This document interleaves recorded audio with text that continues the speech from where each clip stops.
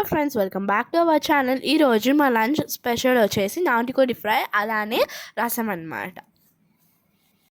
First వచ్చి మనము చింతపండు జ్యూస్ చేసి పెట్టుకోవాలండి. తర్వాత రసం మసాలా వేసుకోవాలి.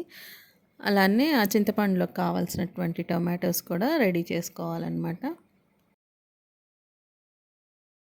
టొమాటోస్ని కూడా కట్ చేసేసి ఆ చింతపండు జ్యూస్లో వేసేసుకోవాలి. అలాగే కొత్తిమీర, కరివేపాకు ఇవన్నీ కూడా అందులోనే వేపాకు కట్ చేసి వేసేసుకొని బాగా మనము మెత్తగా చేసుకోవాలన్నమాట. వాటన్నిటిని కూడా బాగా కలిసేటట్టు కలుపుకొని మనం మిక్స్ చేసుకున్నటువంటి ప్రిపేర్ చేసుకున్న మసాలాను కూడా వేసి మిక్స్ చేసుకోవాలి. తర్వాత ఒక ప్యాన్లో ఆ గిన్నెలో మనం తాలింపు వేసుకొని ఈ రసం ఎత్తి ఆ తాలింపులో పోసి ఇప్పుడైతే చికెన్ని మనం వాష్ చేసుకుంటున్నాం. నీట్గా ఉప్పు పసుపు వేసి వాష్ చేసుకోవాలి.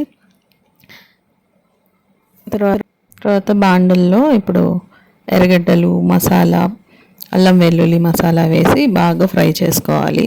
నేనైతే కొంచెం కరివేపాకు ఎక్కువగా వేసి ఫ్రై చేసుకున్నాను.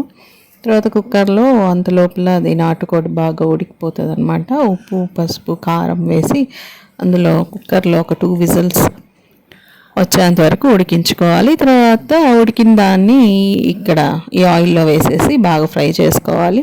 మనం సరిపడినంత ఉప్పు కారం వేసేసి బాగా ఫ్రై చేసుకున్న తర్వాత లాస్ట్లో కొత్తిమీర వేసేసి దించేసుకుంటే నాటుకోడి ఫ్రై రెడీ.